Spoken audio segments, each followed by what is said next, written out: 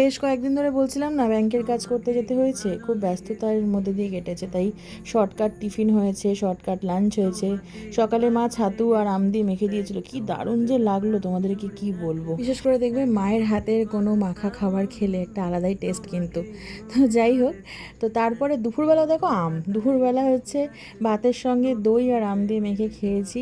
এত গরম, মানে চূড়ান্ত গরম, আর টায়ার্ডও ছিলাম, সবাই মিলে এরকমভাবে খেয়েছি। তো এবার চলে আসি আজকের গল্পে। হ্যালো এভরিওয়ান, আমি সুস্মিতা। আজ বুধবার, সকালটা শুরু হলো ডিম টোস্ট দিয়ে। আর দেখো আজকে আমাদের বাড়ির সামনেটা পুরো জামা কাপড়ের মেলা বসেছে, কারণ আজকে পরিচারিকা কাকিমা যিনি আছেন আমাদের, তিনি আজকে কাপড় কাছাকাছি করেছেন আর কি। তো মা সেগুলোই আর কি মেলে দিয়েছে সুন্দর করে।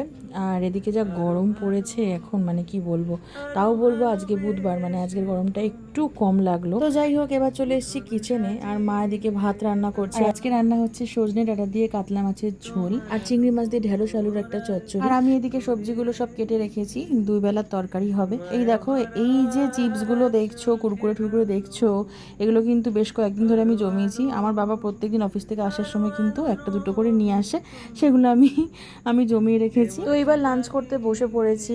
গরমের কারণে বেশি দিন সবজিগুলো রাখাই যাচ্ছে না। সজনে ডাঁটা যখন কাটতে গেছি দেখি অর্ধেক শক্ত হয়ে গেছে, মানে কি আর বলবো। আর এদিকে দেখো চিকেন ছিল একটু আমার জন্য রাখা, মা আগের দিন রান্না করেছিল। এখন তো বাড়িতে চিকেন শুধু হয় আমার জন্যই, মাও খায় না, আর বাবা আর ভাই তো খেতেই না কোনো কালই। অগত্যা আমাকেই পুরোটা এই বেলা ওই বেলা করে করে খেতে হচ্ছে।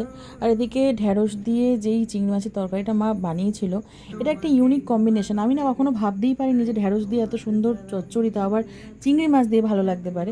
সিরিয়াসলি বলছি, এটা আমার ভীষণ ভালো লেগেছে। এমনিতেই তো দেখেছো আমাদের এক তরকারি ভাতেই হয়ে যায়, বাট আজকে এক্সট্রা করে কেন ঢেঁড়সের চচ্চড়িটা করা হয়েছে, কারণ দুই বেলা চলে যাবে, সেই জন্য। যা গরম পড়েছে সবসময় রান্না করে থাকাটা সম্ভব নয়। তো চলো আজকের মতো টাটা, আবার অন্য একটা ব্লগ নিয়ে আসছি।